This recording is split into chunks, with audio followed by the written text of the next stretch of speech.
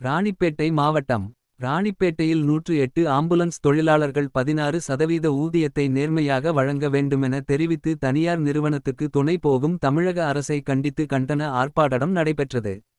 16% ஊதிய உயர்வில் 10 விழுக்காடு மட்டுமே வழங்கிய என்ற நிறுவனத்தை கண்டித்தும் அதேபோல் தமிழக அரசை கண்டித்தும் 108 ஆம்புலன்ஸ் தொழிலாளர்கள் சங்கத்தின் சார்பில் தமிழகம் முழுவதும் மாபெரும் கண்டன ஆர்ப்பாட்டம் நடைபெற்று வருகிறது. அதன் தொடர்ச்சியாக ராணிப்பேட்டை மாவட்டம் முத்துக்கடை பேருந்து நிலையத்தில் சங்கத்தின் மாவட்ட தலைவர் யோகநாதன் தலைமையில் தமிழக அரசை கண்டித்து மாபெரும் கண்டன ஆர்ப்பாட்டம் நடைபெற்றது.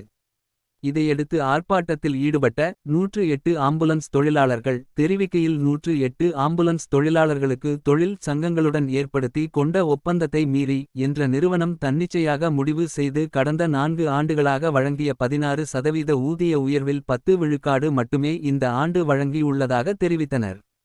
அதோடு இல்லாமல் மீதமுள்ள 6%த்தை திருடி உள்ளதாக சாட்டிய தொழிலாளர்கள் உடனடியாக அந்த ஊதியத்தை வழங்க வேண்டுமென வலியுறுத்தினர். அதுமட்டுமின்றி 12 மணி நேரம் வேலை செய்ததாகவும் அதற்கான ஊதியம் கிடைப்பதில் என தங்களுடைய வேதனை தெரிவித்தார்கள். மேலும் 108 ஆம்புலன்ஸ் பலரும் பழுதடைந்து உள்ள நிலையில் அது குறித்து அதிகாரியிடம் தெரிவித்தும் சரி செய்யுமாறு கூறினால் நிதி இல்லை என்று அலட்சியமாக பதில் அளிப்பதாக குற்றம் சாட்டினார்கள். எனவே தமிழக அரசு மற்றும் நிறுவனம் உடனடியாக 108 ஆம்புலன்ஸ் தொழிலாளர்களை கோரிக்கைகளை செய்து உடனடியாக நடவடிக்கை எடுக்க வேண்டுமென கோரிக்கை விடுத்ததோடு 100க்கும் மேற்பட்ட ஆம்புலன்ஸ் தொழிலாளர்கள் கண்டன பதாகைகளை கைகளில் ஏந்தியபடி தனியார் நிறுவனத்திற்கு துணை போகும் தமிழக அரசு கண்டித்து கண்டன கோஷங்களை வெளிப்படுத்தி ஆர்ப்பாட்டத்தில் ஈடுபட்டனர்.